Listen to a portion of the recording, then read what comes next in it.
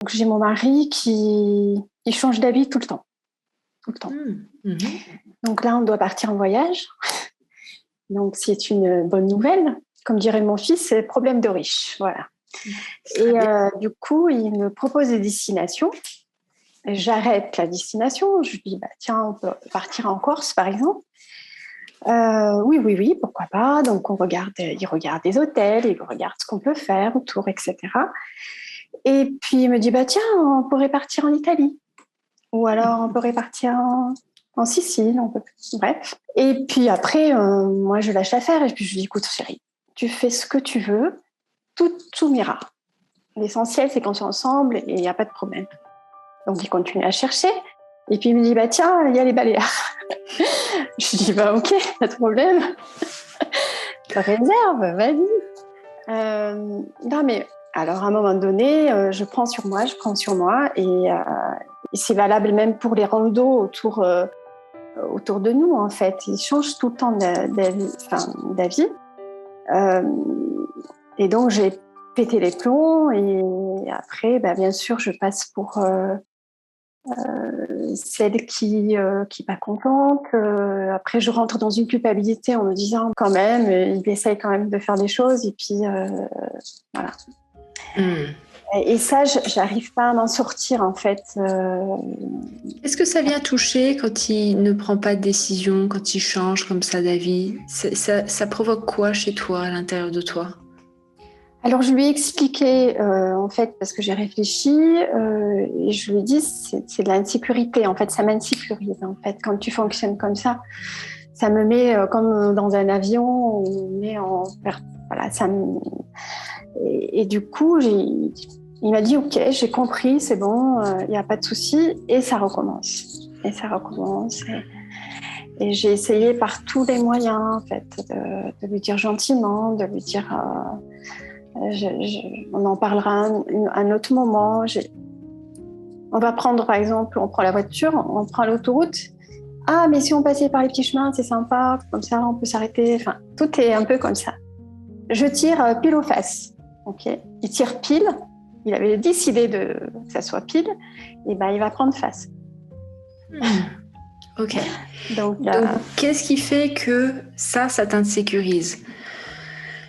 L'extérieur réagit de manière différente, ok? On part juste du principe qu'il n'y a pas de bien, il n'y a pas de mal, il y a un extérieur qui réagit. Maintenant, cet extérieur vient stimuler quelque chose à l'intérieur de moi. Chez toi, ça vient stimuler, ça m'insécurise. J'aimerais qu'il prenne une décision et qu'il arrête de changer d'avis dans tous les sens.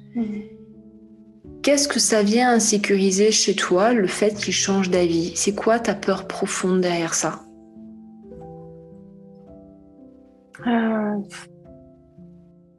C'est qu'en fait, je me fais à l'idée d'une destination, par exemple, et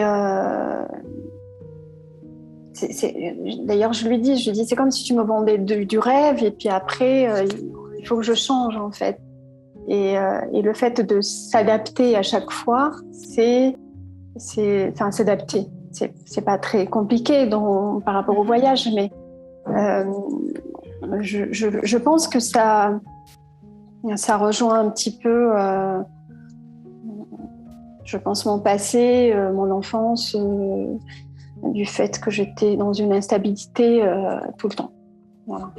Ok, donc tes parents tu as grandi dans un milieu instable, ok, et aujourd'hui tu es dans une recherche de stabilité. Donc quand il y a un truc qui vibre à l'extérieur, oulala, je suis pas réellement sûre de ce qui se passe, j'ai pas envie de revivre ce qui s'est passé. Est-ce que c'est ça? Ouais, je pense que ça a un lien. Et je lui dis d'ailleurs, je pense que c'est par rapport à moi-même, parce que quand je veux me responsabiliser en me disant je suis à 100% responsable de ce que je peux ressentir ou je peux renvoyer, et du fait de changer d'avis comme ça m'insécurise, et je l'ai verbalisé, il le sait. Je lui dis, je pense que c'est dû à ce que j'ai vécu. Du coup, j'ai besoin... Est-ce que ce comportement, il a uniquement dans le fait de choisir un parcours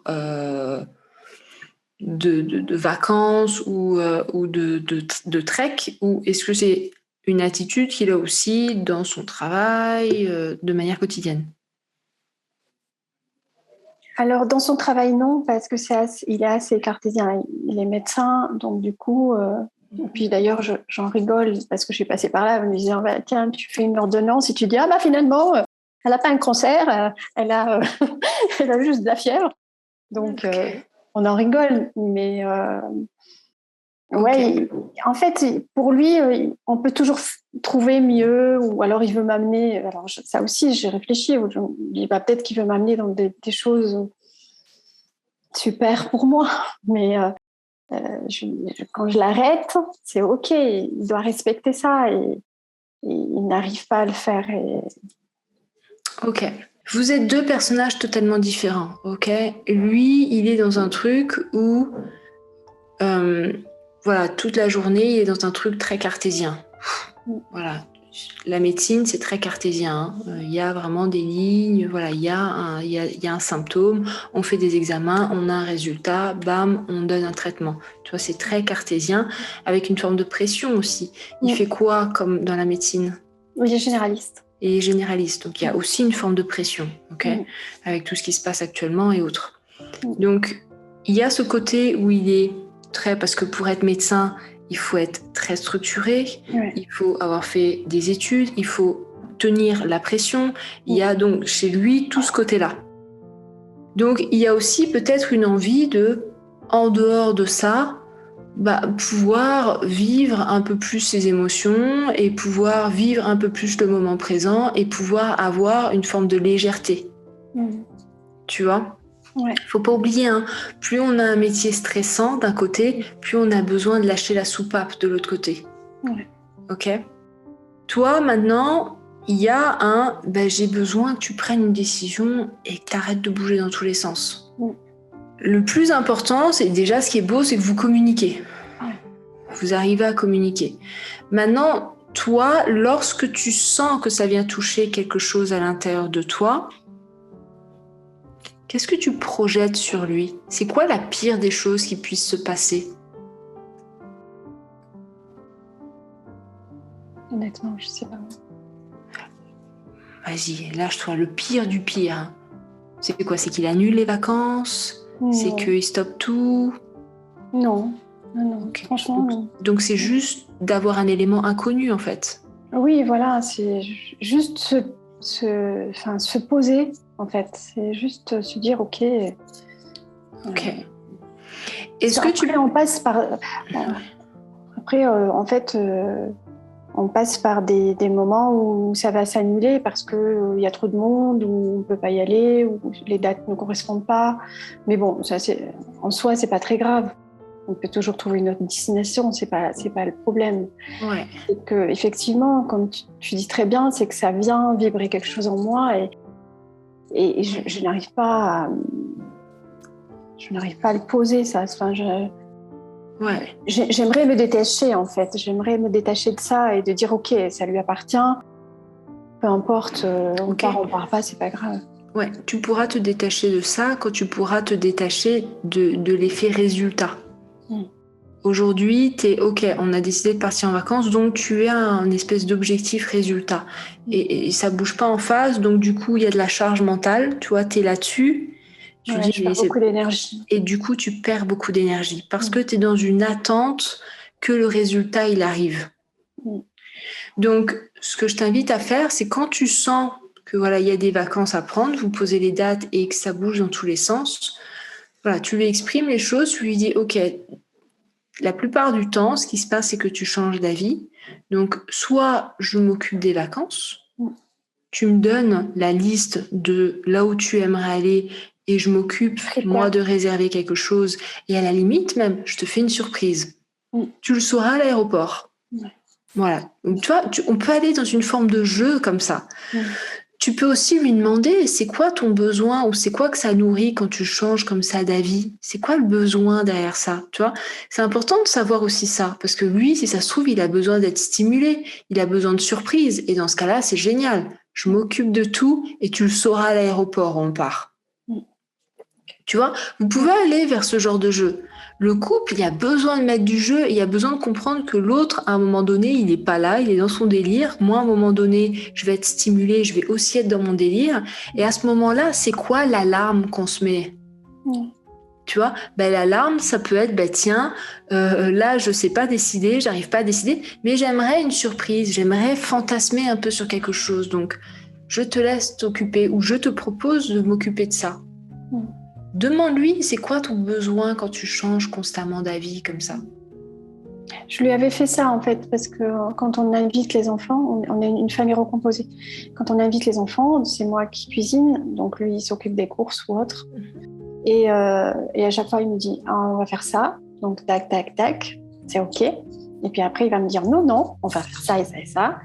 Et puis là maintenant je lui dis écoute, c'est moi qui cuisine, donc c'est moi qui choisis. Donc là on a arrêté les dégâts parce que voilà, et en même temps, attention, parce qu'en même temps, c'est peut-être un homme qui a besoin aussi d'une forme de liberté. Donc peut-être dis-lui, tiens, tel jour, je te laisse choisir, ou tel jour, tu sors avec tes amis, ou tu vois. Et en même temps, il y a des fois où il y a besoin que ce soit un peu cadré. Tu vois, c'est de trouver un équilibre entre le fait que l'autre ait besoin de souplesse, ait besoin de changer d'avis, ait besoin d'expérimenter plein de choses, et le fait que moi, j'ai besoin que ce soit un minimum carré. Tu vois, c'est de cohabiter avec ça. Donc, parlez-en en lui disant, peut-être que, dis-moi, c'est quoi ton besoin, tu vois, de comprendre son besoin derrière ça. Ça va vous permettre de trouver une solution et de co-créer ensemble. Son besoin, en fait, c'est on peut toujours trouver mieux et qu'il y a une destination, on peut faire 36 000 choses à la fois alors qu'on n'a qu'une semaine de vacances. C'est un homme qui, je présuppose beaucoup, ok, parce que je ne le connais pas, mais je présuppose que c'est un homme qui a un grand besoin de liberté, qui a un grand besoin de stimulation et qui, quelque part, a peur de se retrouver coincé dans un truc qui est pas si fun que ça. Tu vois? Donc ça, tu dois aussi l'entendre. Tu t'es marié à un homme qui a ce truc-là. Donc toi, de l'autre côté, tu as peut-être besoin de sécurité, chose qui comble d'un côté. Et d'un autre côté, il a besoin de fun, il a besoin de... Et je présuppose encore, mais je pense que cérébralement parlant, il est beaucoup dans le fantasme de trouver quelque chose de mieux. Okay. Donc ça n'a rien à voir avec toi et ça n'a rien à voir avec le fait qu'il n'ait pas envie de passer des vacances avec toi ou pas. Ça a à voir qu'il est dans une stimulation. Donc non, je ne pas comme ça en fait. C'est juste comme ça. J'ai passé par toutes les stades en fait. J'ai tout essayé, l'humour. Voilà, j'ai ignoré, j'ai fait plein de choses et je te propose ça me prend beaucoup d'énergie. Je suis complètement épuisée. Du coup, je me suis permise de prendre la parole. Je te propose des choses très simples. Point numéro 1, tu lui demandes quel est son besoin derrière ça. Ok ? Et vous discutez ensemble de comment vous pouvez gérer ça. Et le point numéro 2, c'est quand tu sens qu'il change d'avis et que toi, ça vient titiller à l'intérieur de toi, tu respires profondément, cohérence cardiaque. Et derrière, tu te répètes, je lâche prise. Je lâche prise, je lâche prise, tout se passe bien, tout va bien se passer, je lâche prise. Et quelque part derrière, tu imagines le pire scénario. Le pire scénario, c'est on reste ici, mais si on reste ici, ça va aussi être cool, tu vois. Voilà, moi c'est ce que je te propose. Et de voir, et vraiment, comme tu fais de la méditation, de venir te connecter à ce truc à l'intérieur de toi. Et de communiquer. Tu sais communiquer avec les parties de toi ? Oui, et de communiquer avec cette partie-là de toi. C'est certainement l'enfant qui est impatient ou la partie de toi qui souhaite contrôler. Ok ?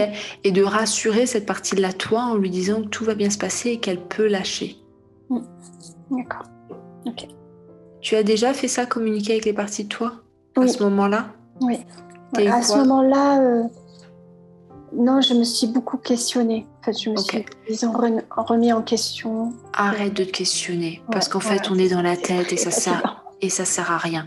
Tu viens communiquer avec ces parties-là de toi, et tu les rassures, ok ? Et puis derrière ça, je lâche prise. Ok. Malheureusement, dans le couple, Ça, ce sont des choses qui arriveront tout le temps. Oui. L'autre est stimulé, il vient me stimuler, je suis stimulée, je vais stimuler l'autre. Et à un moment, il y a deux monstres qui sont là et on n'est plus vraiment là. Ouais. Et vous avez la volonté d'avancer ensemble. Donc c'est beau. Oui, on en discute, puis on en rigole à la fin parce que, en fait, voilà, mais je culpabilise parce que je me dis, c'est sympa, quoi, ça part du bon sentiment, en fait. Ça... Bien évidemment.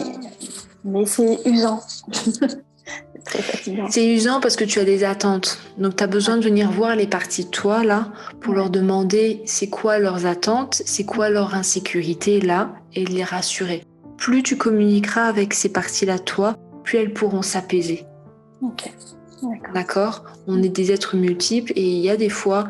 C'est pareil, quand on rencontre quelqu'un, on rencontre l'adulte et derrière, la personne, elle va rencontrer la gamine de 12 ans, la gamine de 5 ans, l'adolescente qui est pas contente dès qu'on lui fait une remarque et puis toutes nos défenses.